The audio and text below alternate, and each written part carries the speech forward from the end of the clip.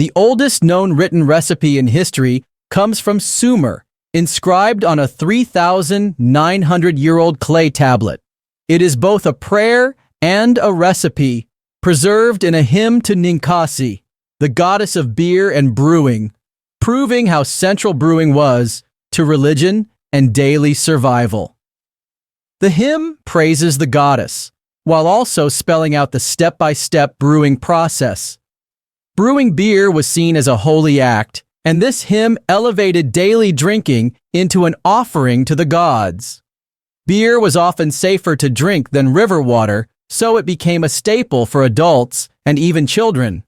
Archaeology shows that Sumerians drank beer communally from large jars with long reed straws, reinforcing family and social bonds. Beer even served as currency. Workers on temples or public projects were often paid in daily beer rations of up to 2 liters. Cuneiform tablets reveal at least 20 different types of beer, ranging from light ales to stronger brews. Sumerian medical texts mention beer mixed with herbs as a remedy. Beer was also offered to the gods during temple ceremonies as part of sacred rituals. In the Epic of Gilgamesh, one of the world's oldest stories, the wild man Enkidu becomes civilized when he eats bread and drinks beer. The Code of Hammurabi included strict beer laws.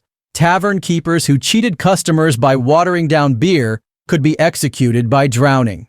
Brewing was largely the work of women, often priestesses of Ninkasi, who guarded recipes and managed temple brewing. Beer feasts even sealed alliances between city-states, making brewing not just domestic or religious, but also deeply political.